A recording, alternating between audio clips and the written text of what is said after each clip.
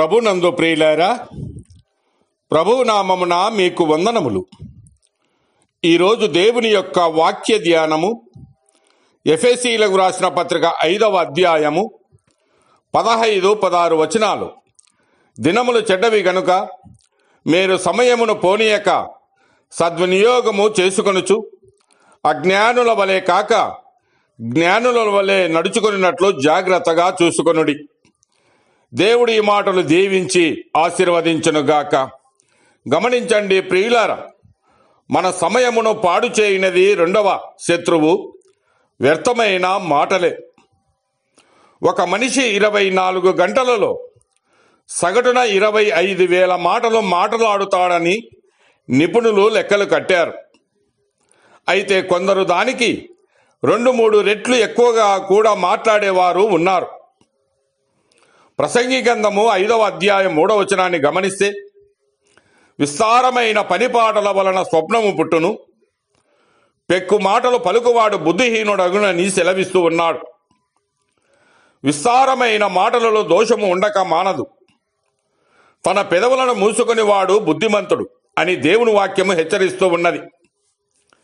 అందుకే యాకోబు భక్తుడు సెలవిస్తూ ఉన్నాడు. 3వ అధ్యాయం 6-10 వచనాలు గమనిస్తే, నాలుక అగ్నియే, నాలుక మన అవయములలో ఉంచబడిన పాప ప్రపంచమై సర్వ శరీరమునకు మాలిన్యము కలగజేయు ప్రకృతి చక్రమునకు చిచ్చు పెట్టును. అది నరకము చేత చిచ్చు పెట్టబడును. మృగపక్షి సర్ప జల శరములలో ప్రతి జాతియు నరజాతి చేత సాధు కాజాలను. సాధు ఆయన గాని ఏ నరుడునో నాలుకను సాధు చేయనేరడు. అది మరణకరమైన విషముతో నిండినది, అది నిరర్గులమైన దుష్టత్వమే. దీనితో తండ్రి అయిన ప్రభువుని స్తుతింతుము, దీనితోనే దేవుని పోలికగా పుట్టిన మనుషులను శపింతుము. ఒక్క నోట నుండి ఏ ఆశీర్వచనమును శాపవచనమును బయలువెళ్ళును. నా సహోదరులారా, ఈలాగు ఉండకూడదని సెలవిస్తూ ఉన్నాడు.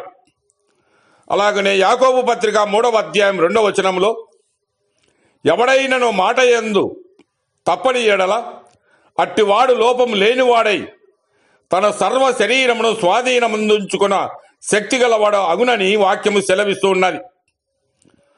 అలాగునే ప్రసంగి భక్తుడు సెలవిస్తూ ఉన్నాడు. 5వ అధ్యాయం 6వ వచనంలో, నీ దేహమును శిక్షకు లోబర్చునంత పని నీ నోటి వలన జరగనీయకుము, అది పొరపాటు చేత జరగనని దూత ఎదుట చెప్పకుము. నీ మాటల వలన దేవునికి కోపము పుట్టించి నీ వేళ నీ కష్టమును వ్యర్థపరచుకునేదవు. గమనించండి ప్రియులారా, పగటి మాటలు పనికి చేటు, రాత్రి మాటలు నిద్రకు చేటని సామెత ఉన్నది. కొందరు బోలెడన్ని కబుర్లు చెప్పుదురు గాని చిటికడి కూడా పని చేయరు.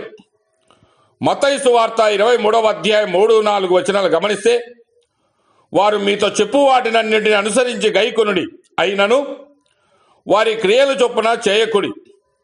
వారు చెప్పుదురే గాని చేయరు. మోయ శక్యము కాని భారమైన బరువులు కట్టి మనుషుల భుజల మీద వారు పెట్టుదురే గాని తమ వ్రేలుతోనైనను వాటిని కదిలింపనొల్లరని ప్రభు సెలవిస్తూ ఉన్నాడు. అనగా కొందరు విస్తారమైన బోధలు చేయుదురే కాని దానిని అనుసరించి నడవరని సెలవిస్తూ ఉన్నాడు. కాబట్టి ప్రియులారా, మన సమయమును మాటలతో వృధా పరచక మంచి కార్యముల కొరకు సద్వినియోగపరచుకుందాం. దేవుడు మిమ్మల్ని దీవించి ఆశీర్వదించునుగాక.